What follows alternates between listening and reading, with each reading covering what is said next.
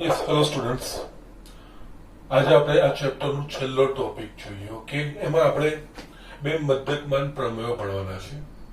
એ બંને પ્રમેયો આપણે સાબિતી વગર સ્વીકારવાના છે, પરંતુ એ બે પ્રમેયો સમજીએ એના પહેલા એક જે કન્સેપ્ટ એ આપણે આમાં વાપરવાના છે, એક કન્સેપ્ટ હું અહીંયા તમને બતાવું છું, એટલે કે વિકલિતનો ભૌમિતિક અર્થઘટન અથવા તો વિકલિતનો ભૌમિતિક અર્થ શું કહેવાય. એકચ્યુઅલી આ તમારી બુકમાં નથી આપેલું, પણ આ વસ્તુ સમજશો તો આ જે બે પ્રમેયો છે ને એ બે પ્રમેયો સમજવામાં તમને ખૂબ જ સરળતા રહેશે. ઓકે, એટલે આ જસ્ટ એડિશનલ નોટ છે અહીંયા.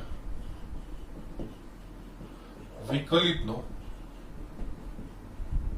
ભૌમિતિક અર્થ, ઓકે, અથવા તો વિકલિતનું ભૌમિતિક અર્થઘટન આપણે કહી શકીએ. ઓકે, ના અહીંયા જો મારે સમજાવવું હોય તો પહેલા તો આપણે જો બેઝિક હું વિકલનની વ્યાખ્યા લખું છું. જો y is equals to f of x હોય તો f ઓફ x નું x બરાબર c આગળનું વિકલિત f dash c is equals to limit of f of c plus h minus f of c upon h tends to 0. આ આપણા પાસે વિકલિતની વ્યાખ્યા છે. ના હું આને બાજુ પર મૂકું છું. ઓકે, આનો આપણે ઉપયોગ કરવાનો છે. ઓકે, ના ઓકે, હવે અહીંયા આપણે y is equals to f of x એટલે y અને x વચ્ચેનું કોઈ આપણા પાસે સમીકરણ છે, એટલે કે આપણે x ના અલગ અલગ મૂલ્યોને અનુરૂપ આપણને y મળે, એટલે એના માટે આપણે કોઈ ગ્રાફ આલેખ દોરી શકીએ. એમ પણ વિધેયને આપણે આલેખ પણ કહીએ છીએ એનો, કારણ કે આ બધા આપણે ક્રમિક જોડ પ્રમાણે બતાવતા હોય છે. x નું મૂલ્ય બદલાય પ્રમાણે y નું મૂલ્ય બદલાય ને એ પ્રમાણે ક્રમિક જોડ બનાવીને એનું નિરૂપણ કરીને આપણે એનો ગ્રાફ દોરાવ્યો. ઓકે, એટલે અહીંયા ધારો કે y is equals to f of x એ કોઈ વક્ર છે. ઓકે, અહીંયા છે ને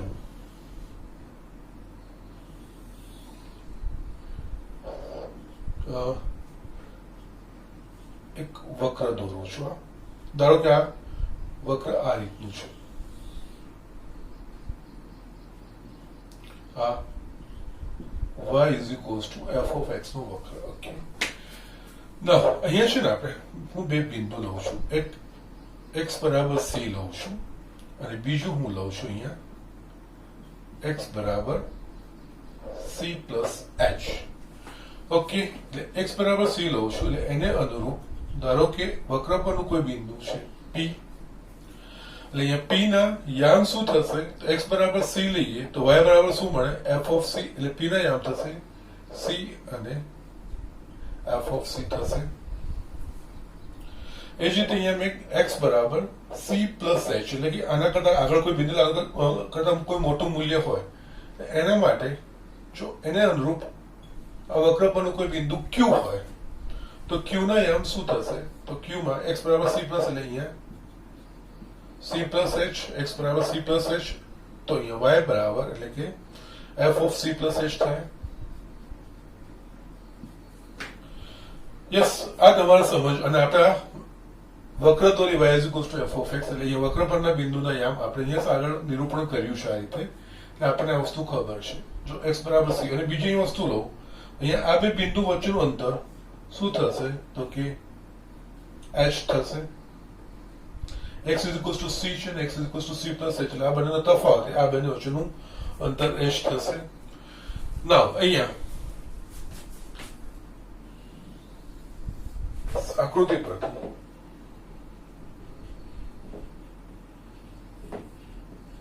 બિંદુ p ના યામ c f of c તથા બિંદુ q ના યામ એ c plus h f of c plus h આ વસ્તુ થશે. ના હવે અહીંયા p અને q થઈ ગઈ. હવે હું p અને q ને જોડું છું. ઓકે, અહીંયા છેદિકા PQ બને છેદિકા PQ નો ઢાળ શું કહેવાશે? એટલે આપણને ખબર છે કોઈ પણ રેખા પરના બે બિંદુ પરથી રેખાનો ઢાળ મળે. એટલે અહીંયા અને રેખા પરના બે બિંદુ પરથી ઢાળ શોધવા આવ્યો હોય તેનો ઢાળ શું થતો કે વાયામનો તફાવત છેદમાં x નો તફાવત આપણને થતું હશે ના. એટલે અહીંયા આકૃતિ પરથી જો યસ અગેન આપણે નામ અહીંયા આપીને છેદિકા PQ એવું લખીએ આપણે છેદિકા PQ નો ઢાળ. ઓકે PQ ના બે બિંદુ છે આપણે જે રેખાના ચેપ્ટરમાં ભણી ગયા છે રેખાના ઢાળ રેખા પરના બે બિંદુ પરથી રેખાનો ઢાળમાં લઈએ છીએ PQ નો ઢાળ આપણને વાયામનો તફાવત એટલે કે અહીંયા f આનો વાયામ છે f of c plus h એટલે કે f of c plus h minus આનો વાયામ y2 minus y1 એટલે કે f of c છેદમાં x નો તફાવત એટલે c plus h minus c આ થશે f of c plus h minus f of c upon અહીંયા c c કટ થશે અહીંયા h આવશે એટલે આ છેદિકા PQ નો ઢાળ. આ વસ્તુ એક મને મળી ના.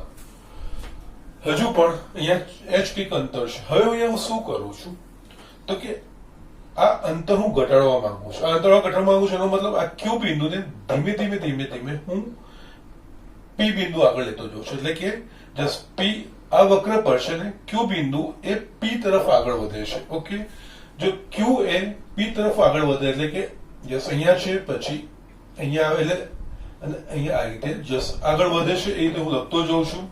અહીંયા આગળ વધે છે એ રીતે લખતો જાઉં છું. એ પ્રમાણે યસ આપણે જોઈશું તો અહીંયા આ જે બિંદુ આવશે જો Q બિંદુ આ વક્ર પર P ની દિશામાં આગળ વધે તો યસ આ બે વચ્ચેનું અંતર ઘટતું જશે. એટલે કે આ જેમ જેમ Q P ની તરફ આગળ વધશે એમ h નું મૂલ્ય ઘટતું જશે અને એ પ્રમાણે આપણે જો શું જોઈએ તો યસ આ એક છેદિકા બીજી થશે. યસ જેમ જેમ Q આમ થતો જશે એમ જોઈએ આમ થતો જશે. ઓકે એટલે એ રીતે h નું મૂલ્ય ઘટતું જશે. જો h નું મૂલ્ય શૂન્ય થઈ જાય એટલે કે Q એ P ની તરફ વધતા વધતા અહીંયા આવી જાય તો છેલ્લે મને શું મળશે તો છેલ્લે જે મને મળશે એ આ મળશે. ઓકે એટલે અહીંયા જે મળ્યું જ્યારે Q h0 થઈ જાય Q h P સાથે એક સાથે થઈ જાય તો આપણને જે મળે છે એ P બિંદુ આગળનો સ્પર્શક મળે છે. ઓકે તો અહીંયા આપણે હું જસ્ટ અગેન હું તમને એક્સપ્લેનેશન આપું છું અને આ એક્સપ્લેનેશન આપ્યા પછી આ આખી વસ્તુ હું અહીંયા લખું છું એટલે તમને એ વખતે સમજાશે કે સરે શું લખ્યું છે. યસ અહીંયા મેં PQ નો ઢાળ લખી નાખ્યો. અહીંયા સુધી તો ક્લિયર છે. રેખા PQ નો ઢાળ અહીંયા વક્ર y f of x આ વક્ર છે એટલે અહીંયા જેમ x નું મૂલ્ય બદલાશે પ્રમાણે y બદલાશે પ્રમાણે x અને y બદલાશે. અહીંયા આપણે આ વક્ર પર બે બિંદુ લીધા એક x બરાબર c અને x બરાબર c plus h x બરાબર c અને x બરાબર c plus h એટલે x બરાબર c માટે વક્ર પરનું બિંદુ છે P x બરાબર c plus h માટે વક્ર પરનું બિંદુ છે Q એટલે બિંદુ P ના યામ થાય c, f of c કારણ કે y f of x છે y યામ એ x પર આધારિત છે એટલે અહીંયા કોઈ પણ જમણી બાજુ x નું સમીકરણ હશે એટલે એમાં x નું મૂલ્ય મૂકીશું પ્રમાણે આપણને y યામ મળશે. અહીંયા એટલે અહીંયા P ના યામ c f of c એ જ રીતે Q ના યામ કારણ કે x યામ c plus h છે એટલે c plus h અને y યામ f of c plus h થાય. હવે અહીંયા શું કરું છું આ બે બિંદુને જોડું છું અને આ બે બિંદુઓ ભિન્ન છે અને આ બે વચ્ચે P અને Q વચ્ચેનું આ બે બિંદુ વચ્ચેનું અંતર ઓકે કેટલું છે h છે. ઓકે ના અહીંયા હવે શું કરું છું એના પરથી પહેલા PQ નો ઢાળ શું તો PQ નો ઢાળ એટલે y નો તફાવત છેદમાં x નો તફાવત એટલે મને આ વસ્તુ મળી એટલે આ PQ નો ઢાળ છે પણ આ વખતે PQ એ છેદિકા છે પણ જેમ જેમ Q ને વક્ર પર હું Q ની દિશામાં આગળ લઈ જઉં છું એટલે તેમ તેમ આ જે છેદિકા છે એનું સ્વરૂપ બદલતી જશે. પહેલા આ છે પછી આ સ્વરૂપ આવશે એટલે એ પ્રમાણે એનો ઢાળ બદલાતો જશે. ઓકે એટલે ઢાળ બદલાતો જશે તો જસ્ટ જેમ જેમ Q એ P ની તરફ જાય છે એમ આ h નું મૂલ્ય ઘટતું જાય છે. એટલે એક એવો સમય આવે કે Q એ P ની એકદમ નજદીક એટલે કે P અને Q એક સમાન થઈ જાય ત્યારે આ h નું મૂલ્ય થાય અને ત્યારે આ જે છેદિકા છે એ છેદિકા સ્પર્શક બની જાય એટલે કે જ્યારે Q ને આપણે વક્ર પર P ની દિશામાં આગળ લઈ જઈએ છીએ અને Q એટલે કે જ્યારે h બરાબર 0 થઈ જશે ત્યારે આ સમીકરણ પરથી જે મને ઢાળ મળશે એ ઢાળ બીજો કોઈ નહીં પણ પી બિંદુ આગળ દોરેલા સ્પર્શકનો ઢાળ થશે. એટલે અહીંયા હું આખું એક્સપ્લેનેશન હું લખું છું અને પછી આપણે સમજીએ. એટલે અહીંયા હવે જેમ બિંદુ પી ને વક્ર પર પી ની દિશામાં આગળ લઈ જવામાં આવે તેમ તેમ બિંદુ પી ના એક્સ યામ વચ્ચેનું અંતર h ઘટતું જાય છે અને તે પ્રમાણે છેદિકા PQ નો ઢાળ પણ બદલાતો જાય છે. જ્યારે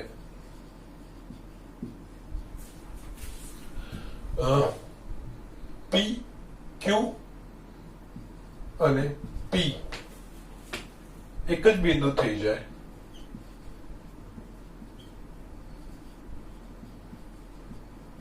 એટલે કે અને બીજું ઓકે અહીંયા જેમ P tends to Q, sorry થોડી મિસ્ટેક થાય છે. અહીંયા જેમ Q tends to P એટલે Q એ બિંદુ P ની તરફ વધે છે તેમ તેમ H tends to 0 થાય છે. ઓકે, H tends એટલે Q જેમ જેમ આગળ વધે છે એ પ્રમાણે આ H નું મૂલ્ય આ બેની વચ્ચેનું જે અંતર છે એ ઘટતું જાય છે. એટલે જો એ Q એ P સાથે મેચ થઈ જાય H tends to 0 થાય છે. ઓકે,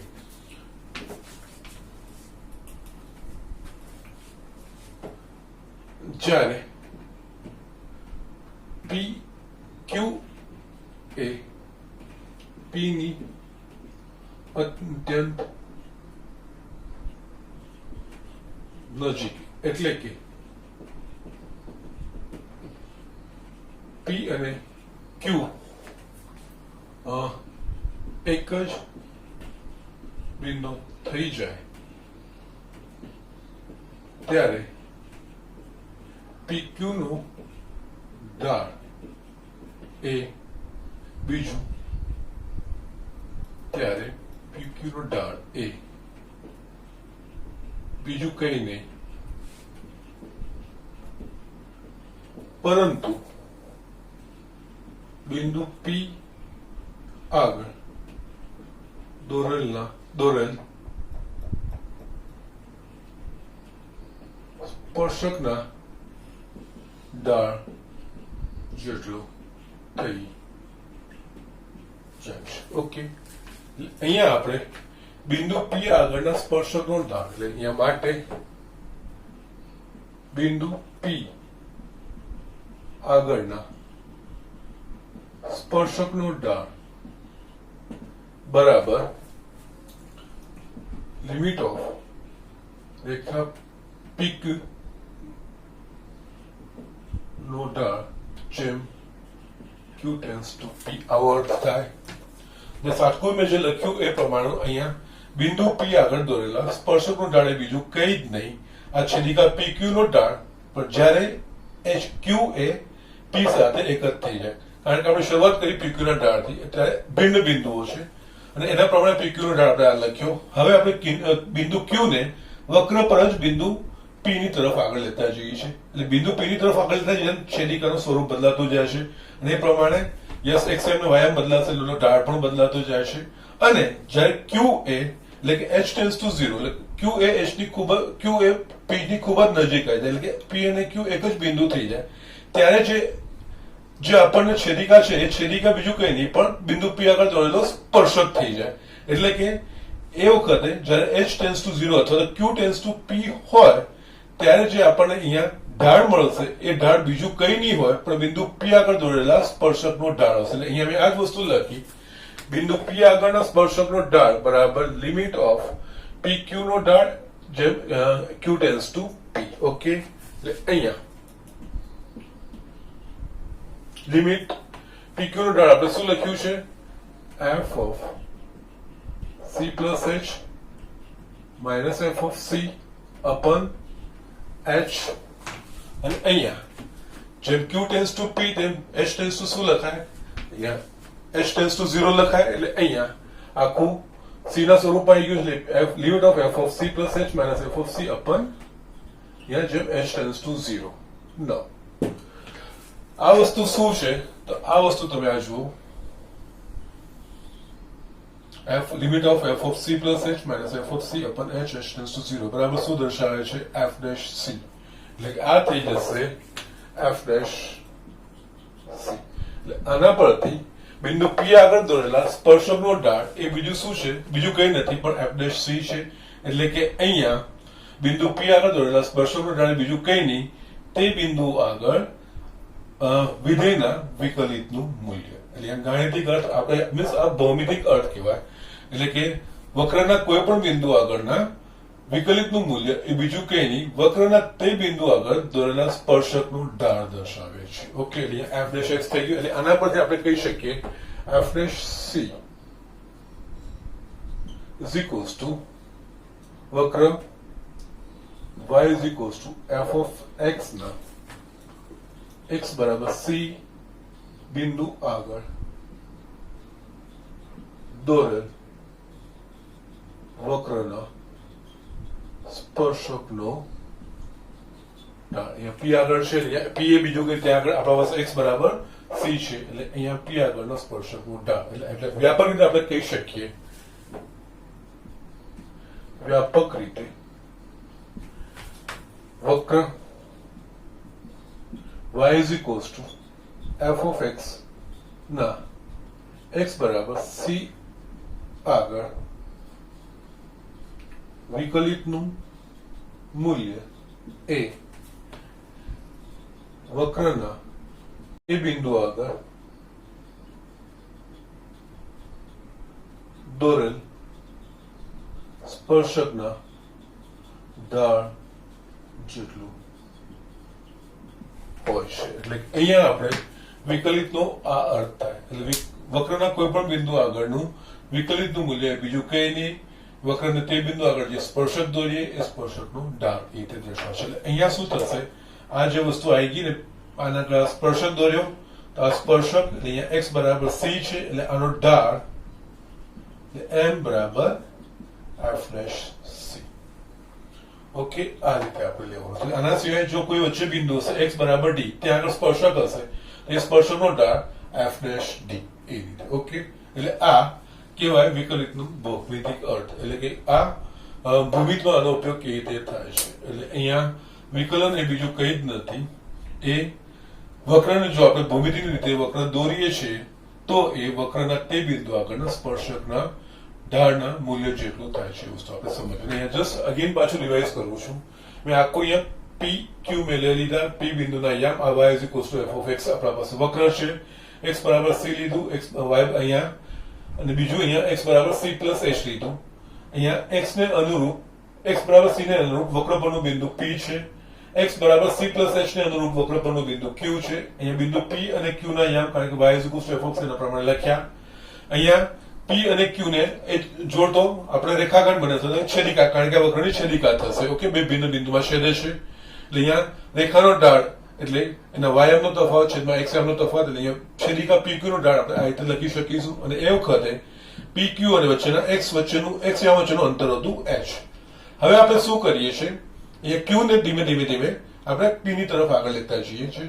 એટલે p ને જેમ જેમ હું q ની તરફ આગળ લેતો જાઉં છું એ પ્રમાણે જસ્ટ આ બે બિંદુના x વચ્ચેનું અંતર h ઘટતું જાય છે અને એના પ્રમાણે છેદિકાનું સ્વરૂપ પણ બદલાતું જાય છે. ઓકે, જ્યારે આ q એ p ની નજદીક આવશે, એકદમ નજદીક, એટલે કે ઓલમોસ્ટ h બરાબર 0 થઈ જશે, તો ત્યારે આ જે છેદિકા છે એ છેદિકા એ બીજું કઈ નહીં, બિંદુ p આગળ દોરેલો સ્પર્શક થઈ જશે. એટલે અહીંયા આપણે આ કન્સેપ્ટ આપણે આ રીતે યુઝ કર્યો છે. એટલે જેમ q ટેન્ડ્સ ટુ p થશે એમ h ટેન્ડ્સ ટુ 0 થશે. અને એના પ્રમાણે જે છેદિકા pq નો ઢાળ છે એ બીજું કઈ નહીં, રેખા બિંદુ બિંદુના પી ના વક્રના બિંદુ પી ના એટલે કે x બરાબર c આગળના બિંદુના સોરી વક્રના વિકલિતના મૂલ્ય જેટલું થઈ જશે. ઓકે, એટલે અહીંયા આ કન્સેપ્ટનો યુઝ કરી મેં આગળ લખ્યું છે. જનરલ મેં પીક્યુ નો ઢાળ અહીંયા લખ્યો છે, છેદિકા પીક્યુ નો ઢાળ અહીંયા લખ્યો છે. ઓકે, અને અહીંયા પછી આખું જે હું અહીંયા તમને સમજાવું છું ક્યુ ને જેમ જેમ હું પી ની તરફ આગળ લેતો જઉં છું એ પ્રમાણનું અહીંયા લખ્યું છે. એના પ્રમાણે શું શું ફેરફાર આવશે એ વસ્તુ મેં લખી છે. અને છેલ્લે જો h બરાબર 0 થઈ જાય એટલે કે h p અને q એક જ બિંદુ થઈ જાય તો આ જે ઢાળમાં આપણે ફેરફાર કરતા જઈએ છીએ તો એ ઢાળ બીજું કંઈ નહીં, કારણ કે એ છેદિકા છે બિંદુ p આગળ છેલ્લે સ્પર્શક થઈ જશે. અને આ જે ઢાળનું આખું સમીકરણ છે એ બીજું કંઈ નહીં, બિંદુ p આગળ દોરેલા સ્પર્શકનું ઢાળ થઈ જશે. એટલે અહીંયા આ કન્સેપ્ટ મેં એપ્લાય કર્યો છે અહીંયા. એટલે જેમ જેમ q એ p ની તરફ જાય છે એમ h ટેન્ડ્સ ટુ 0 થઈ જાય છે. ઓકે, અને જ્યારે q એ બિંદુ p ની એકદમ નજીક અથવા તો h ટેન્ડ્સ ટુ 0 થઈ ગયું તો આપણને બિંદુ p આગળનો સ્પર્શક મળી ગયો, કારણ કે વક્રના કોઈ વક્રને એક જ બિંદુ સ્પર્શતી રેખા એનો સ્પર્શક કહેવાય. એટલે અહીંયા p આગળ q અને p સરખા થઈ જશે, આ છેદિકા ફક્ત એક જ બિંદુ સ્પર્શે એટલે કે સ્પર્શક થઈ જશે. અને સ્પર્શકમાં આપણે જે કન્સેપ્ટ મૂકીએ છીએ, આ બધી વસ્તુ મૂકતા જઈએ છીએ તો એ બીજું કંઈ જ નથી, એ સ્પર્શકનો ઢાળ એ મને x બરાબર c આગળના વિકલિતના મૂલ્ય જેટલું મળે છે. અહીંયા જે આપણે વ્યાખ્યાયિત કર્યું એના પ્રમાણે. એટલે આના પરથી આપણે વ્યાપક રીતે કહી શકીએ કે વક્રમાં કોઈ પણ બિંદુ આગળ દોરેલા સ્પર્શકનો ઢાળ એ બીજું કંઈ નહીં, વક્રના તે બિંદુ આગળના વિકલિતના મૂલ્ય જેટલું છે. એટલે અહીંયા p માટે x બરાબર c છે, એટલે p આગળ દોરેલા આ વક્રના સ્પર્શકનો ઢાળ f' c એ વસ્તુ થાય. આ રીતે આપણે કહી શકીએ. ઓકે, સો જસ્ટ આ સમજો, આ જસ્ટ તમારી સમજ માટે છે. એકચ્યુઅલી ખબર હશે તો આના પછી તમને મધ્યકમાન પ્રમેય સમજવામાં ખૂબ જ સરળતા થશે. ઓકે, ના અને એના સિવાય અહીંયા આપણને ખબર છે ઢાળ વિશેની બી માહિતી. જો રેખા x અક્ષ કે x અક્ષને સમાંતર હોય તો રેખાનો ઢાળ કેવો થાય તો કે 0 થાય. રેખા y અક્ષ પોતે કે y અક્ષને સમાંતર હોય તેનો ઢાળ અવ્યાખ્યાયિત થાય. એ આપણને ખબર છે, કારણ કે ઢાળ બરાબર tan થીટા, જે થીટા એ રેખા એ x અક્ષની ધન દિશા સાથે ઘડેલા કાંટાની વિરુદ્ધ દિશામાં બનેલા ખૂણાનું માપ એ આપણને ખબર છે. ઓકે, એ જસ્ટ થોડું ધ્યાન રાખજો. આના પર આપણે મધ્યકમાન પ્રમેય સમજીએ. યસ, અહીં આપણે મધ્યકમાન પ્રમેયો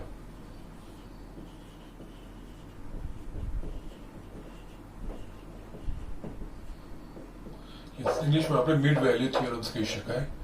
અહીંયા આપણે બે પ્રમેયો ભણવાના છે અને બંને પ્રમેયો આપણે સાબિતી વગર સ્વીકારવાના છે. ઓકે, પણ એના સ્ટેટમેન્ટનો અર્થ શું થાય એ આપણે સમજવાનું છે. એમાં એક આપણે ભણવાનું છે એ કે ફર્સ્ટ એ આપણે રોલનો પ્રમેય, Rolls theorem.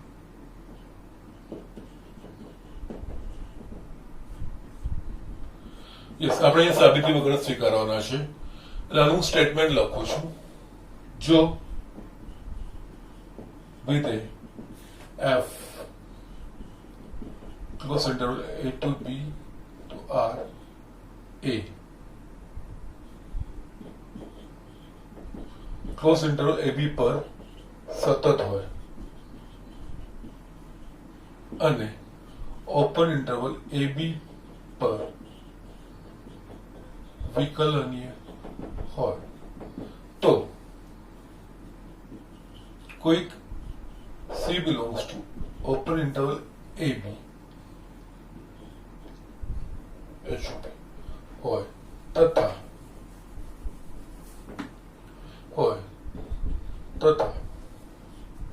f of a is equals to f of b હોય તો કોઈક c belongs to open interval ab એવો મળે કે જેથી f of c બરાબર 0. ઓકે, નાઉ આ સ્ટેટમેન્ટ છે. અહીંયા જો રોલનો પ્રમેય ચકાસવાનું તમારે કે તો આ બધી શરતોનું પાલન થવું જોઈએ. એટલે જે આનો પ્રદેશ છે, એટલે જે પ્રદેશ પર વ્યાખ્યાયિત છે પ્રદેશ પર એ સતત હોવું જોઈએ અને એ પ્રદેશ પર વિકલનીય પણ હોવું જોઈએ તથા જે અંતરાલ પર વ્યાખ્યાયિત એના અંત્ય બિંદુ આગળના તે વિધેયના મૂલ્યો સમાન થવા જોઈએ. તો અને તો જ આપણને આ અંતરાલની વચ્ચેનું યસ a અને b વચ્ચેનું, અહીંયા a અને b સિવાય છે, a b અને b નો સમાવેશ થશે નહીં. તો એ અને બી વચ્ચેનું કોઈક વાસ્તવિક સંખ્યા સી એવી મળશે કે તે બિંદુ આગળ એફ ડેશ સી બરાબર 0 થશે. ઓકે, નાઉ અહીંયા આપણે જોઈએ હવે આ વસ્તુ છે ને આપણે ગ્રાફમાં આનું રિપ્રેઝન્ટેશન કરીએ. ઓકે, ગ્રાફમાં રિપ્રેઝન્ટેશન કરીએ એટલે કેવી રીતે? આના માટે હું જમણી બાજુ ડ્રો કરું. યસ, અહીંયા આ જેની પરિસ્થિતિ છે ને એ રીતનો આપણે ગ્રાફ દોરીએ. ઓકે, ત્યાં એકથી વધારે ગ્રાફ દોરી શકાશે, પણ અહીંયા જશે એકદમ સરળ હું લઉં છું. આ એક્સ અને આ વાય.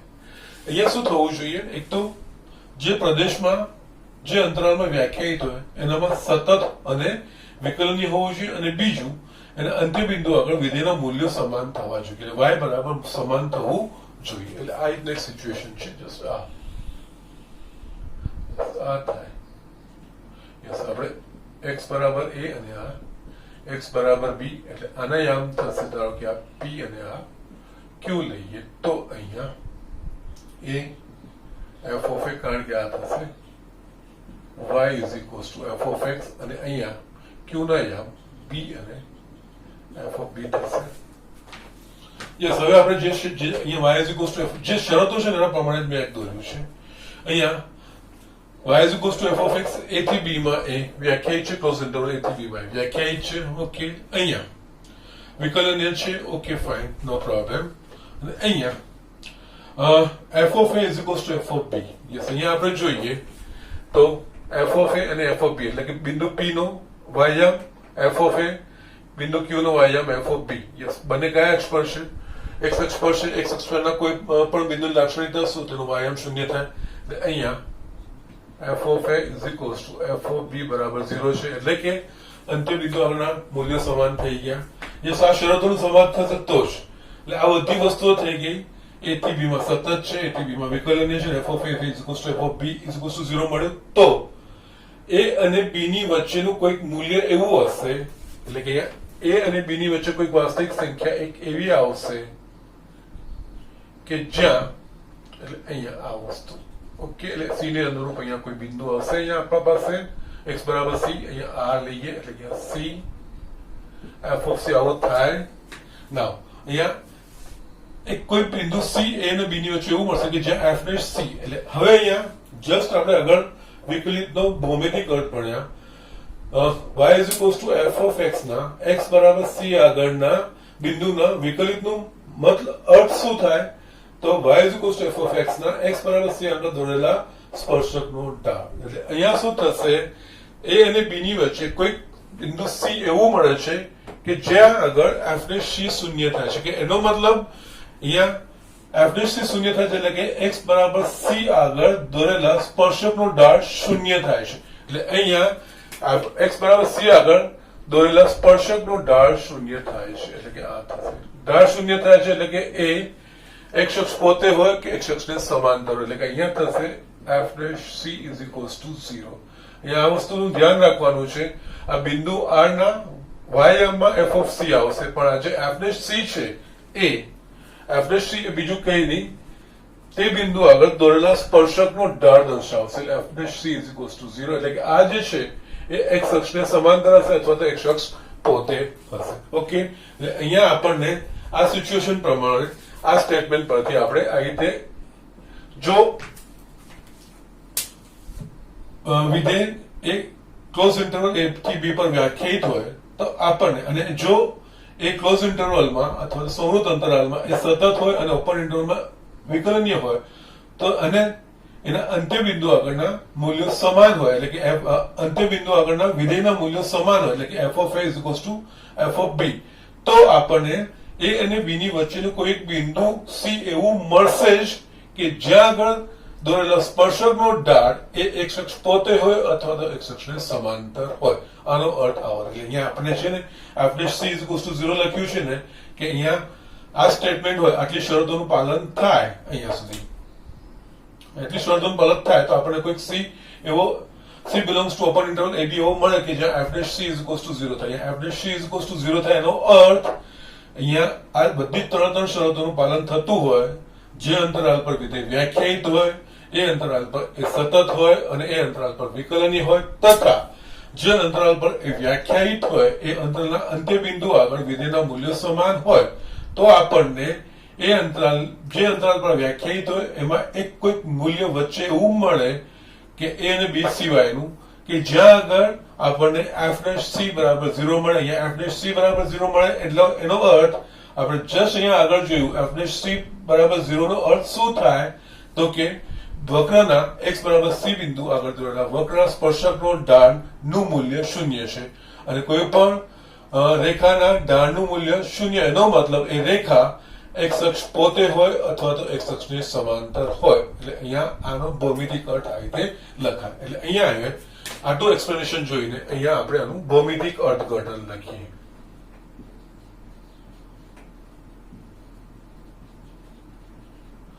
ઓકે, ભૌમિતિક અર્થઘટનમાં આપણે જો વિધેય f close interval a to b to r a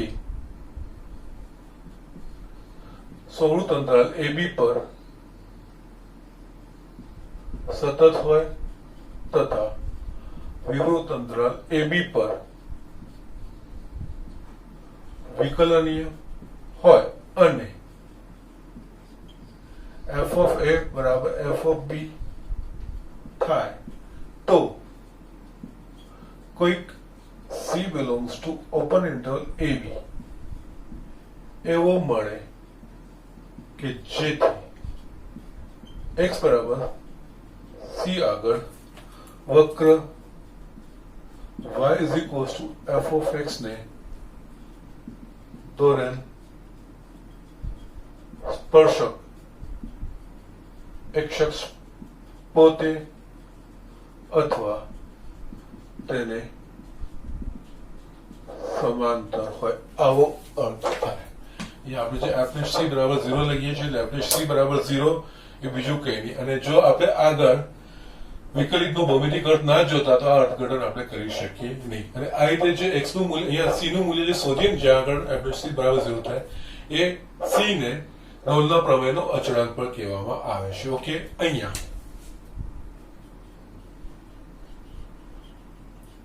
c જે મૂલ્ય માટે આપણે f' બરાબર 0 થાય c ને રોલના પ્રમેયનો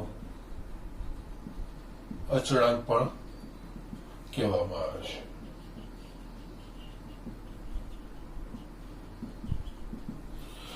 ઓકે, જસ્ટ અહીંયા આપણે આ સાબિતી વગર સ્વીકારવાનું છે પણ આનો આપણે અર્થ સમજવાનો છે. ઓકે, આવું જે બીજું ઉદાહરણ હતું ને આવું આ તો જસ્ટ એક વક્ર દોર્યો, આવું બીજો બી વક્ર થઈ શકે. અહીંયા તમે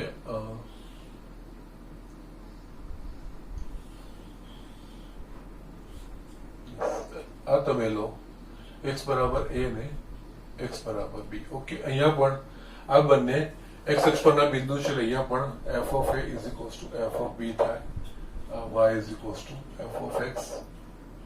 યસ, આપણને a અને b ની વચ્ચે જશે એક આ બિંદુ મળશે ને એક આ બિંદુ મળશે જ્યાં આપણે દોરેલો સ્પર્શક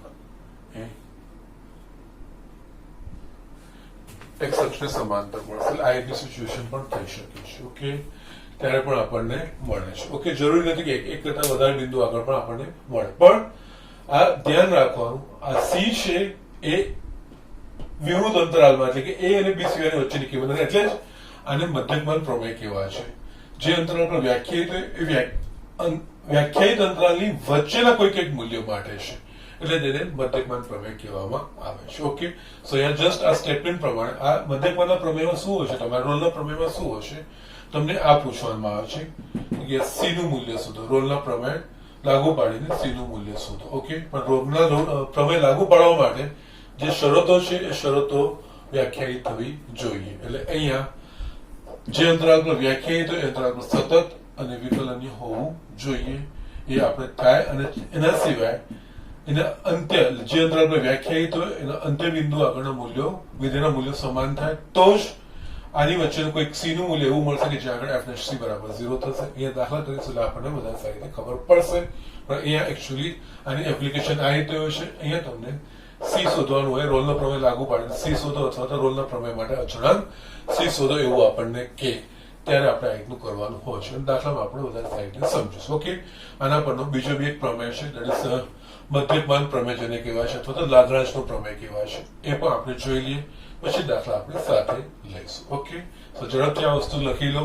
હું આના પરથી મધ્યકમાન પ્રમેયનું સ્ટેટમેન્ટ લખું છું અને એનું તમને સમજણ આપું છું કે શું છે. ઓકે, એમાં એપ્લિકેશન આ જ વસ્તુની છે. ઓકે, ચાલો અહીંયા આપણે હવે બીજો પ્રમેય જોઈ લઈએ, જે મધ્યકમાન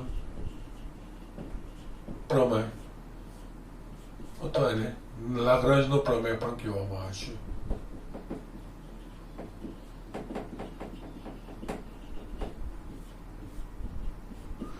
યસ, આપણે એનું પહેલા સ્ટેટમેન્ટ લખીશું. જો વિધેય f close interval f a to b r a સવૃત અંતરાલ ab પર સતત હોય તથા ઓપન ઇન્ટરવલ ab પર વિકલનીય હોય તો કોઈક c belongs to open interval ab એવો મળે કે જેથી f of b minus f of a upon b minus a is equals to f dash c. Okay, આ સ્ટેટમેન્ટ છે, આપણે સાબિતી વગર સ્વીકારવાનું છે, પણ અહીંયા આપણે આનો ભૌમિતિક અર્થ સમજવાનો કે કેવી રીતે લખાય છે, આનો અર્થ શું થવો જોઈએ. ઓકે, અહીંયા હવે રોલના પ્રમેય સાથે જો આપણે સરખાવીએ તો રોલના પ્રમેયમાં આપણા પાસે શરતો અહીંયા સેમ છે, વિકલનીય અને સાતત્યની, પરંતુ અહીંયા જે f of a is equals to f of b અંત્ય બિંદુ આગળ મૂલ્ય સમાન થવા જોઈએ એ રોલના પ્રમેયમાં હતું. એ વસ્તુ અહીંયા નથી. અહીંયા અંત્ય મૂલ્ય સમાન ના થવા જોઈએ, પણ પરિણામ કંઈક અલગ આવે છે. ઓકે, નાઉ અહીંયા આપણે પરિણામ અહીં અલગ આવે છે, એટલે કે f of b minus f of a upon b minus અને f dash c. અને અહીંયા f dash c એનો અર્થ શું થશે? જો y is equals to f of x છે તો f dash c એ બીજું કંઈ નહીં, y is equals to f of x વક્ર પરના x બરાબર c બિંદુ આગળના સ્પર્શકનો ઢાળ દર્શાવશે. આ આપણને ક્લિયર થઈ ગયું છે. ઓકે, એટલે અહીંયા છે. હવે એ ઢાળ આના સાથે જોડાયેલો છે. હવે આ શું છે એ વસ્તુ આપણે સમજીએ. એકચ્યુઅલી આ જે આપણે રોલનો પ્રમેય ભણ્યા ને એનું એક્સટેન્શન છે, બીજું કંઈ જ નથી. એમાં વ્યાપક રીતે આપણે આનું પરિણામ આમાં આપણે જોઈ શકીએ છીએ. પેલો ચોક્કસ બિંદુ માટે હતું કે આ એક વ્યાપક પરિણામ છે. કઈ રીતે? જો આનું આપણે સમજવું હોય તો અહીંયા આપણે ગ્રાફ દોરીશું, અને અહીંયા ગ્રાફ દોરવામાં એ વસ્તુનું ધ્યાન રાખીશું આપણે કે અહીંયા અંત્ય બિંદુ આગળ વિધેયના મૂલ્યો સમાન થાય એવું જરૂરી નથી. એ કન્ડિશન આપણે જાળવવાની નથી. ઓકે, એટલે અહીંયા આ હું ઓ x y ધારો કે આપણા પાસે વક્ર છે. ઓકે, ના આ આપણે લઈએ y is equals to f of x વક્ર, અહીંયા બિંદુ p લઈએ અને બિંદુ q. Okay, yes, a x બરાબર a અને અહીંયા x બરાબર b. ઓકે, નો પ્રોબ્લેમ. ઓકે, આ વક્ર પરના બે બિંદુ આપણે લીધા. ઓકે, અને આ x અને a અને b પર જ વ્યાખ્યાયિત છે ને, એટલે આપણે અંતરાલથી વધારતા નથી. યસ,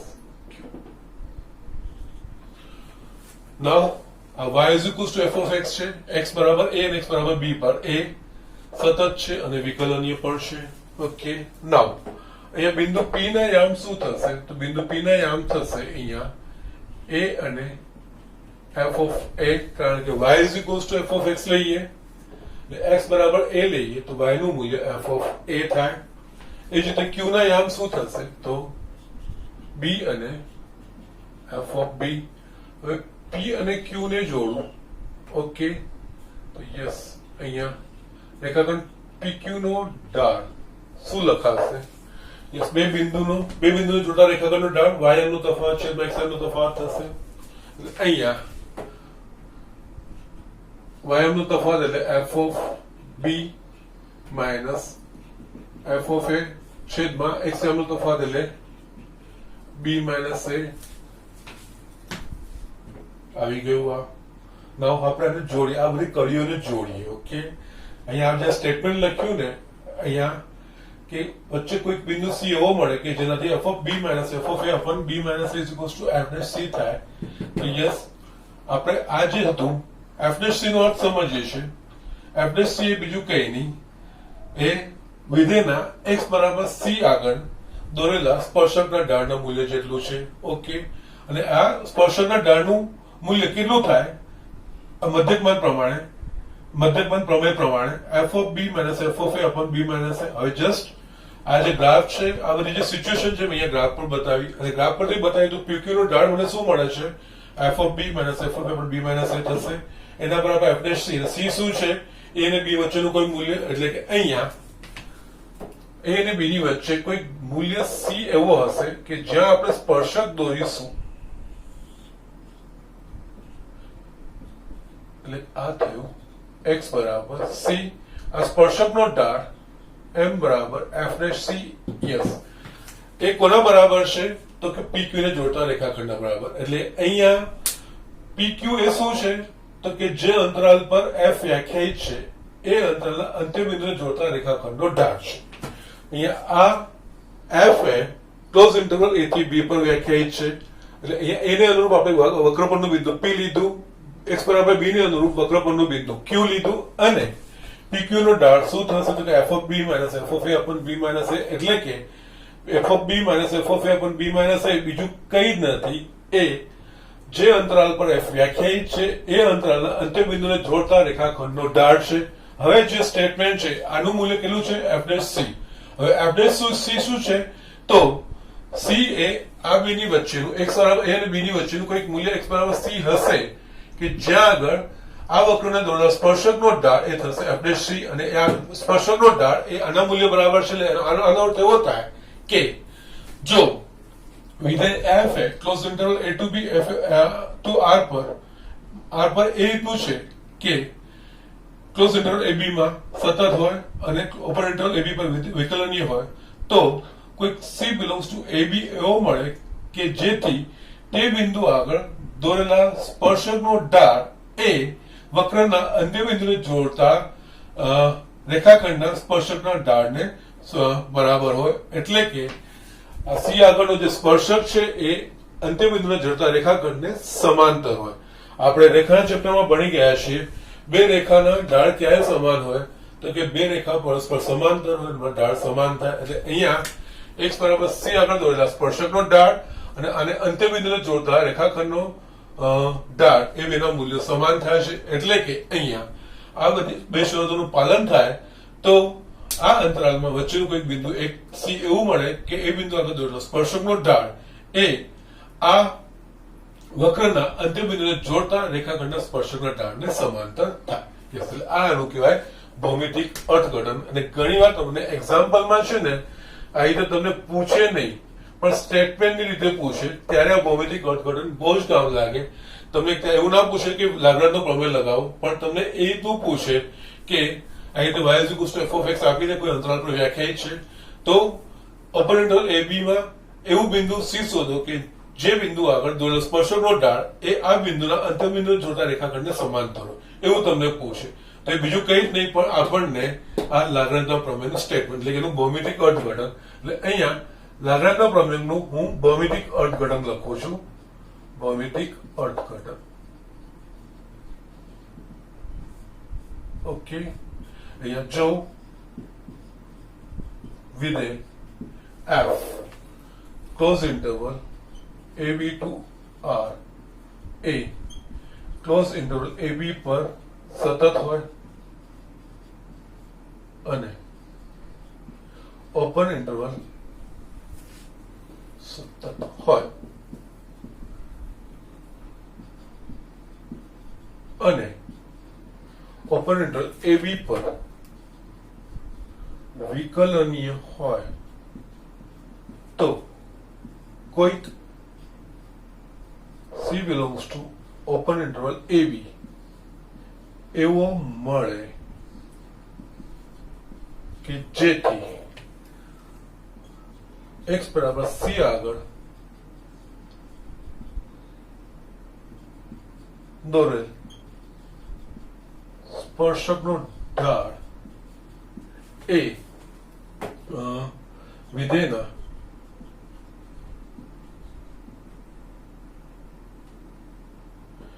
વ્યાખ્યાયિત પ્રદેશના અંત્ય બિંદુને જોડતા રેખાખંડને સમાંતર હોય, આવો આનો ભૌમિતિક અર્થ થાય. Okay, so these are the things. ઘણીવાર તમને સીધું એવું ના કે રોલનો પ્રમેય ચકાસો કે લાગરનો પ્રમેય ચકાસો અને એના પરથી સી નું મૂલ્ય શોધો, એવું આપણને ના આપે. પણ ઘણીવાર આપણને એવું કે રોલના પ્રમેય માટે એટલે આપણે y = f(x) આપી દે, એ કોઈ ચોક્કસ સવૃતંત્ર આપણે વ્યાખ્યાયિત છે એવું આપી દે, પછી આપણને કે કોઈક સી નું મૂલ્ય એવું શોધો કે જ્યાં આગળ C open interval a to b માં કયા બિંદુ આગળ દોરેલો સ્પર્શક વક્રને દોરેલો સ્પર્શક કે x અક્ષને સમાંતર છે કે x અક્ષ પોતે છે એવું આપણને કે, તો ત્યારે એ બીજું કઈ નહીં પણ રોલના પ્રમેયનું સ્ટેટમેન્ટ કહેવાશે. અને એ જ રીતે લાગ્રાંજના પ્રમેયમાં તમને એ રીતે પણ પૂછે કે જસ્ટ આ રીતે તમને y = f(x) આપી દે, કોઈ પણ વિધેય વ્યાખ્યાયિત હોય, એ ચોક્કસ અંતરાલ પર વ્યાખ્યાયિત હોય, પ્રદેશોનો વ્યાખ્યાયિત કરેલો હોય, પછી તમને એવું કે તો કે જે વ્યાખ્યાયિત પ્રદેશ પર હોય, જે પ્રદેશ પર વ્યાખ્યાયિત હોય એના ઓપન ઇન્ટરવલમાં કોઈ કયા બિંદુ આગળ દોરેલા સ્પર્શકનો ઢાળ એ તેના અંત્ય બિંદુ જોડતા રેખાખંડને સમાંતર છે એવું કે, તો એ આ ભૌમિતિક અર્થઘટન કહેવાય. ત્યારે લાગ્રાંજનો પ્રમેય કહેવાય. અથવા તો સીધું તમને y = f(x) અંતરાલ આપીને રોલના પ્રમેયના અચળાંક શોધો, લાગ્રાંજના પ્રમેયના અચળાંક. એટલે અહીંયા પણ જે x = c બિંદુ શોધીશું કે જ્યાં આગળ f'(c) = f(b - f(a)/b - a) થાય, એ c નું મૂલ્ય એ કહેવાશે લાગ્રાંજ મધ્યકમાન પ્રમેયનો અચળાંક અથવા તો લાગ્રાંજના પ્રમેયનો અચળાંક. ઓકે, અહીંયા યસ સી ને લાગ્રાંજના પ્રમેય અથવા તો મધ્યકમાન પ્રમેય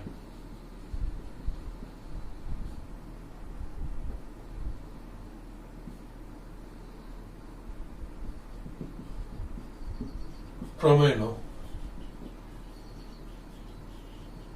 અચળાંક કહેવામાં આવે છે. ઓકે, સો જસ્ટ આ રીતનું છે, સમજવાનું છે. અને અહીંયા જસ્ટ આપણને f'(c) નો અર્થ એટલે કે જે f'(c) ભૌમિતિક રીતે શું કહેવાય એ ખબર ના હોય તો આપણને આ સ્ટેટમેન્ટ કઈ સમજ ના પડે. એટલે અહીંયા બંનેમાં રોલના પ્રમેયમાં અને લાગ્રાંજના પ્રમેયમાં અથવા તો મધ્યકમાનના પ્રમેયમાં આ બંનેમાં જે મેં તમને વિકલનનો ભૌમિતિક અર્થ સમજાવ્યો છે એનું એકચ્યુઅલી એપ્લિકેશન છે. અને આ ભૌમિતિક અર્થ જે મેં સમજાવ્યો છે ને એનો ઉપયોગ તમારા છઠ્ઠા ચેપ્ટરમાં પણ વ્યાપક કરવાનો છે. ઓકે, એકચ્યુઅલી એ એના વિકલિતના ઉપયોગનો વસ્તુ છે, પણ એ સમજ્યા વગર આ બે પ્રમેય સમજાય એવા નતા, એટલે મેં તમને એ વસ્તુ મેં ક્લિયર કરી, પછી મેં આ વસ્તુ તમને સમજાવી છે. એટલે અહીંયા પહેલા તો આપણે વિકલિતનો ભૌમિતિક અર્થ એટલે કે કોઈ પણ વિધેય y = f(x) માટે f'(c) એટલે કે કોઈ એના પ્રદેશના કોઈ x = c આગળના બિંદુ x = c બિંદુ આગળના વિકલિતનું મૂલ્ય f'(c) એ બીજું કઈ નહીં, એ તે વક્રના x બરાબર એટલે કે તે વક્રના તે બિંદુ આગળ દોરેલા સ્પર્શકના ઢાળના મૂલ્ય જેટલું છે. એટલે કે જો y = f(x) વ્યાખ્યાયિત કરેલું હોય તો x = c આગળનું વિકલિતનું મૂલ્ય એટલે કે f'(c) એ બીજું કઈ નહીં, એ વક્રના x = c આગળ બિંદુ આગળ દોરેલા સ્પર્શકના ઢાળના મૂલ્ય જેટલું કહેવાય.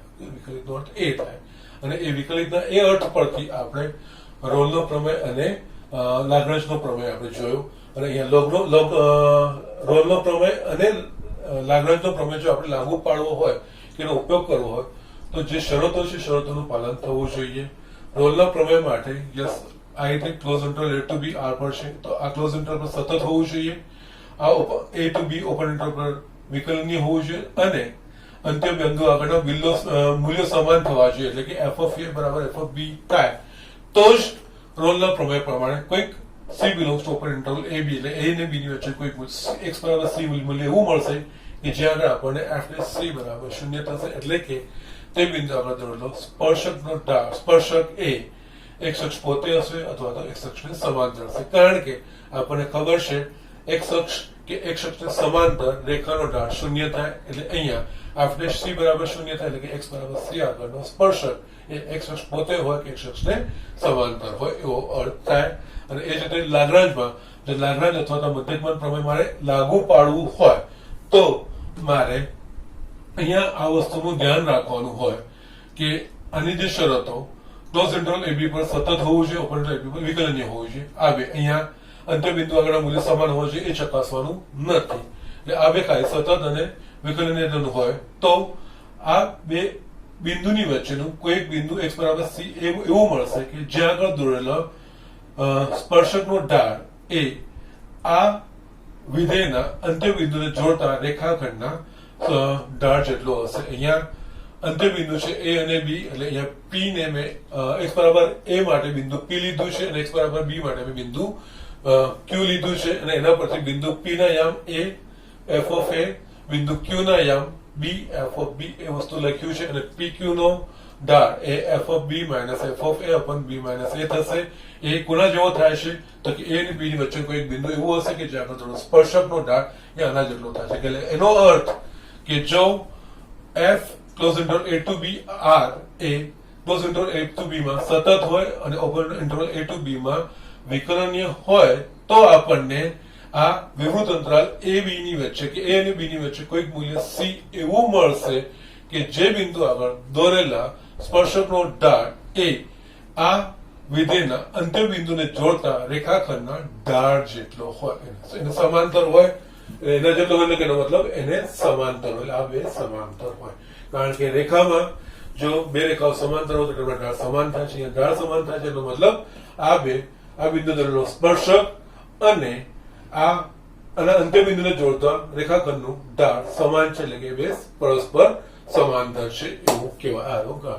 ભૌમિતિક અર્થ કહેવાય. ઓકે, જસ્ટ આટલું તમારે સમજવાનું છે. અહીંયા આજે હું આટલું જ રાખું છું. નેક્સ્ટ લેક્ચરમાં આના પર આપણે દાખલા જોઈશું. આ બરોબર સમજી લેજો, વાંચી લેજો અને જસ્ટ લખીને નોટ તૈયાર કરજો. નેક્સ્ટ લેક્ચરમાં આના પરથી જેટલા બી દાખલાઓ છે આપણે ફિનિશ કરીશું. ઓકે, મેઇન મારે આ લેક્ચરનું ઇન્ટેન્શન તમને આ વ્યવસ્થિત સમજણ આપવું એ વસ્તુનો હતો. ઓકે, ના થેન્ક યુ.